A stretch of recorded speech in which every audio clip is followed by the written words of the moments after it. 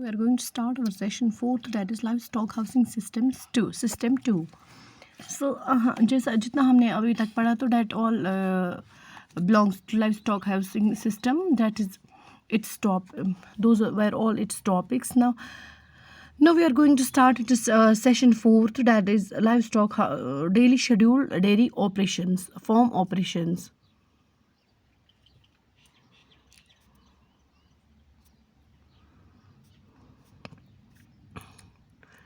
Animals prefer to follow certain routine activities, and any deviation may cause stress to them. Most of the activities like cleaning, feeding, milking, treatment consume majority of the time and have to be finished on the same day.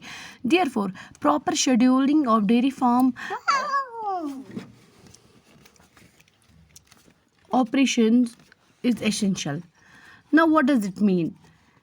तो जैसा हर कोई prefer करना चाहता है कि मतलब जैसे animals prefer करना चाहते हैं कि उनका जो रूटीन एक्टिविटीज़ में आती है, कुछ भी activities like feeding, cleaning, milking, treatment, तो इसको अच्छा सा मतलब it should be done on a proper, it should be done properly, it should be done day by day. Therefore proper scheduling of dairy farm operation is essential.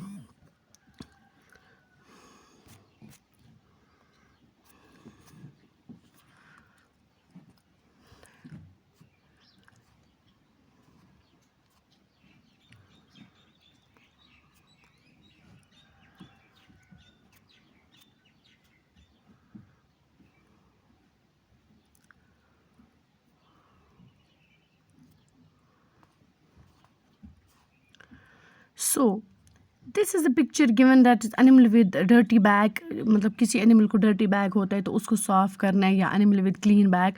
This is a picture. This tells us about the following. It is included in following routine कि cleaning is the first step which we have to follow in their daily routine activities.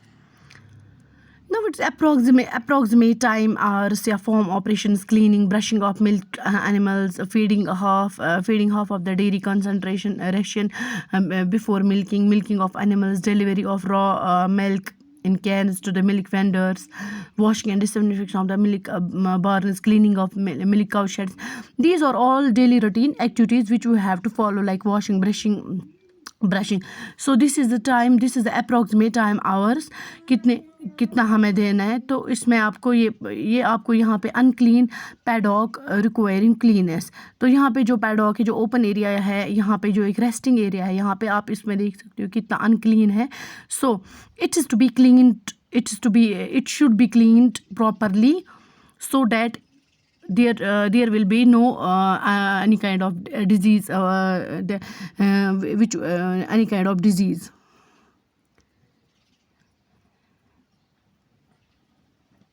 Which could make animals sick or like तो वो able नहीं होंगे to do their daily activities properly.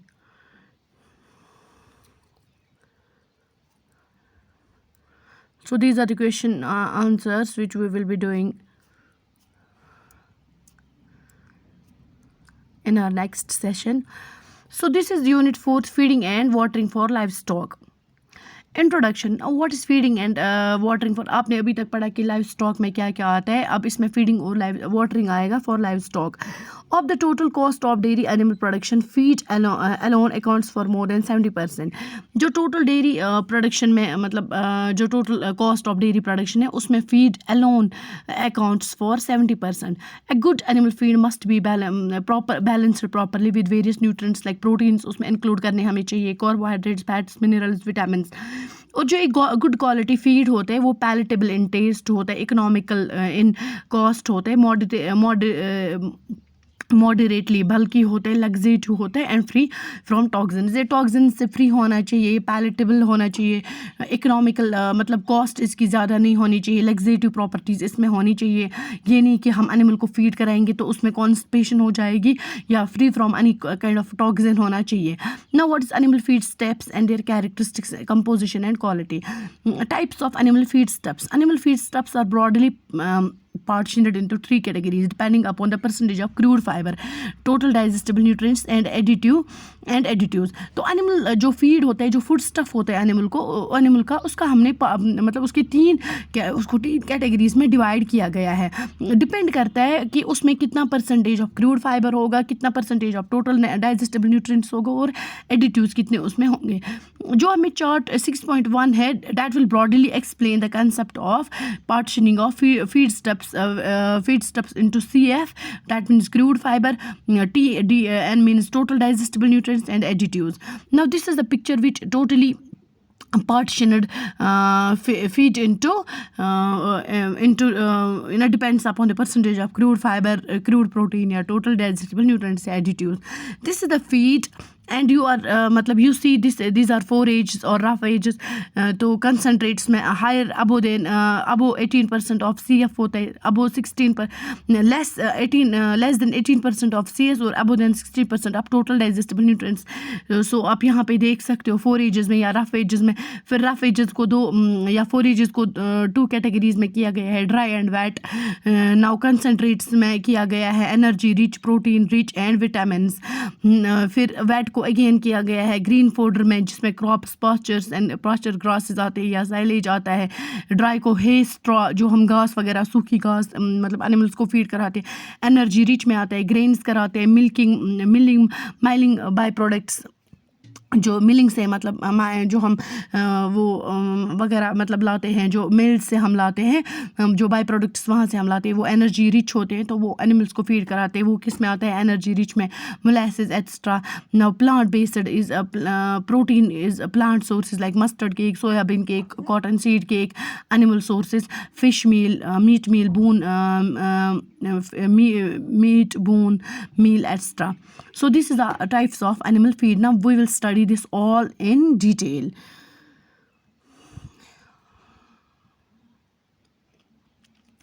Concept of measurement of energy quality in animal feed. Concept of total feed composition and its quality. The animal feed generally has 6 components: water, ash, crude protein, CP जिसको हम बोलते हैं, ether extract, EE जिसको हम बोलते हैं crude fiber, and nitrogen free extract. After consuming the feed, the animal digests and metabolizes the nutrients present in the feed. जो consume करने के बाद ये animal digest करते हैं, जो nutrients इसमें present होंगे उनको मतलब मेटाबोलाइज करता है, वो डाइजेस्ट करता है और उनका मेटाबॉलिज्म फिर स्टार्ट हो जाता है. In farm animals digestible part of the feed और nutrients is that proportion of feed which is absorbed by the animal and not excreted in the faeces. जो डाइजेस्टेबल पार्ट ऑफ ये होता है वो वाला प्रपोर्शन ऑफ फीड जो absorb होता है बाय एनिमल्स बॉडी और जो एक्सक्रीट नहीं होता है through faeces, in faeces. Thus, the digestible part of the feed determines the availability of nutrients to the animal for various functions like maintenance, growth, reproduction, production and work. Like मतलब drafting के लिए जो animals हम use करते हैं उनमें work आएगा उसके साथ. देयरफॉर जो डाइजेस्टेबल पार्ट ऑफ फीड होता है वो डिटरमाइन करता है availability of nutrients to the animals for various functions like maintenance extra. Measurement of energy quality in animal feed. Concept of total digestible nutrients, TDN, total digestible nutrients. The value of TDN for an animal feed convey the quantity of digestible crude fiber, digestible crude protein, digestible ether extract and digestible nitrogen free extract. So these are the all abbreviations which you have to learn in the feed.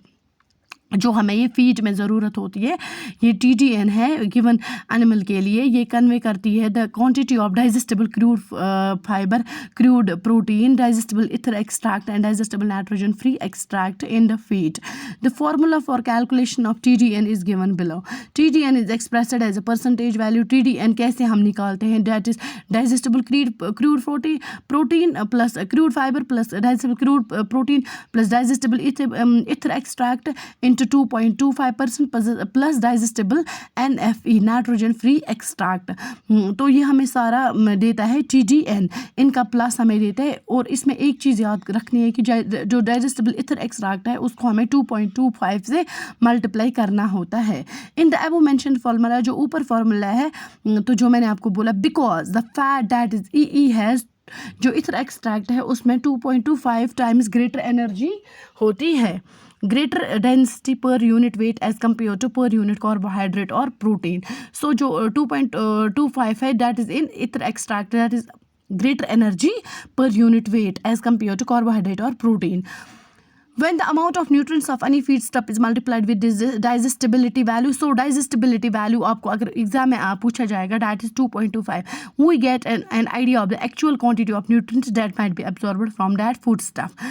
So तो इससे क्या पता है, when the amount of nutrients of any feed stuff is, जब भी feed stuffs को food stuff को multiply किया जाता है 2.5 से, तो हमें एक्चुअल आइडिया मिल जाता है किसका क्वांटिटी ऑफ न्यूट्रिएंट्स जो एब्जॉर्ब की गई होती है from that feed stuff food stuff to the animal. TDN is a bit different concept, as TDN indicates the relative energy value of feed to an animal. An animal's TDN requirements change according to the psychological stages of animal's life. जो animal का जो ये होता है,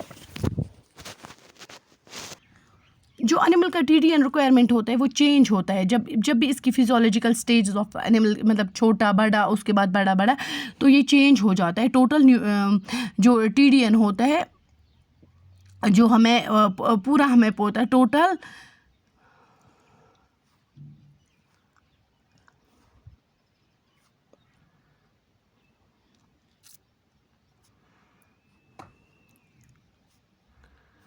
जो ये TDN होता है ये डिपेंड करता है एनिमल की स्टेज पे कि किस एनिमल में हमें कब कब देनी है total digestible nutrients.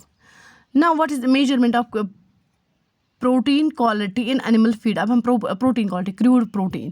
The crude protein content of the feed is determined with the basic assumption that all the nitrogen present in the feed stuff is contained in the form of different proteins. तो जो भी nitrogen present होता है तो उसमें different kinds of proteins present होते हैं, and all such proteins contain approximately 16% nitrogen. तो हर कोई protein 16% of nitrogen consume present होता है. हर किसी protein में nitrogen 16% of nitrogen is present in every protein. Ruminants like cattle, buffalo, goat, sheep, etc. Have the ability to utilize and convert almost all the plant nitrogen into animal nitrogen for different bodily functions. जो ruminants होते हैं, जो मैंने आपको परसों बोला ruminants क्या होते हैं, वो स्टमक में फूड rumen में फूड जमा करके स्टोर करके जब उनको स्टोर करते हैं, जब उनको भूख लगती है तो वो वापस लाते हैं वो फूड, तो उसको चिव करते हैं. Those are ruminants. तो उनमें एक एबिलिटी होती है, वो यूटिलाइज और कन्वर्ट करते हैं almost all the animal protein plant nitrogen को into animal protein for different bodily functions. Now we have questions. Inshallah we will go for these questions tomorrow.